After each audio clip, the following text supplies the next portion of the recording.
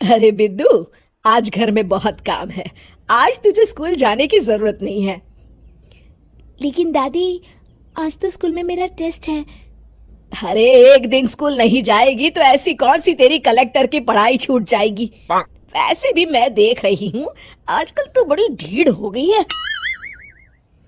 अपनी दादी की बातें सुनकर बिंदु नाराज हो जाती है। तभी उसकी माँ कहती है, अरे बिंदु, इतनी छोटी बात पे मुंह फुलाने की क्या जरूरत है। दादी बिल्कुल सही कह रही हैं। लड़कियों को तो घर के काम काज सीखना चाहिए। अरे बहू, रमेश के लाड़ प्यार ने इसे बिगाड़ रखा है। कम से कम तू तो मेरी बात समझती है। अच्छा, मेरी पूजा का समय हो गया है, मैं पूजा करने जा रही हूँ। इतना कहकर रमेश की माँ वहां से चली जाती है। इस तरह बिंदु की दादी और माँ दोनों अक्सर उसे घर के कामों में ही उलझा कर रखते थे।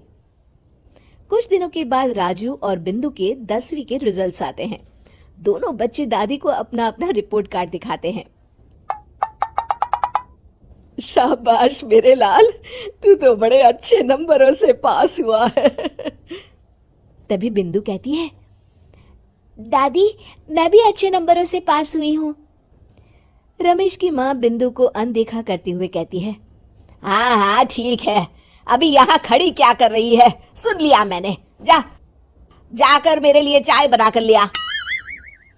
बिंदु उदास होकर चाय बनाने किचन में चली जाती है। तभी राजू कहता है, दादी, मैं क्रिकेट के कोचिंग सेंटर में एडमिशन लेना चाहता हूँ।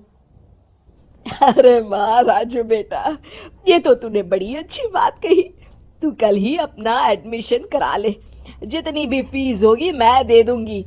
अरे एक दिन मेरा पोता विराट कोहली बनेगा। इस तरह अक्सर रमेश की माँ अपनी पोती बिंदु के साथ दुर्व्यवहार करती थी। कुछ दिनों के बाद रमेश की माँ और उसकी पत्नी दोनों सास बहू मिलकर राजू का एडमिशन अच्छे स्कूल में करवा देते हैं, लेकिन बिंदु का एडमिशन नहीं करवाते।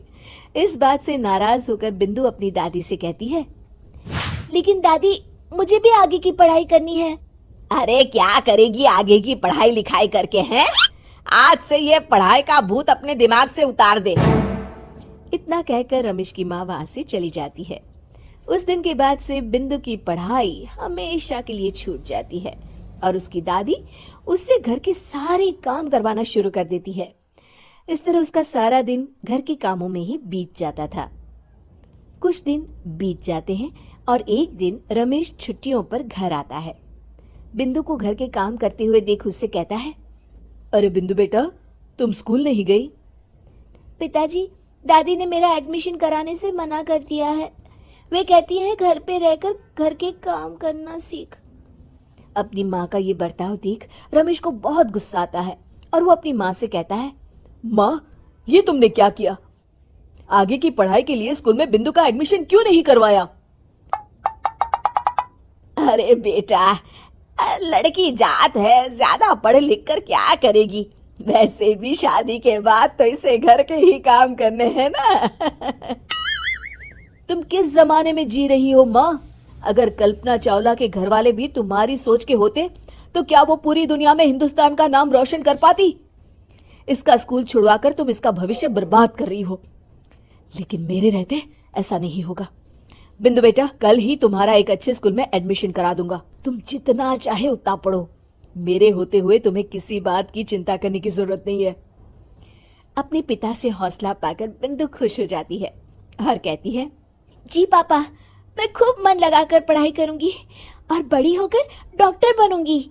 ये हुई ना बात, शाबाश मेरी बेटी। शिक्षा, लड़का हो या लड़की, हमें दोनों को आगे बढ़ने का मौका देना चाहिए।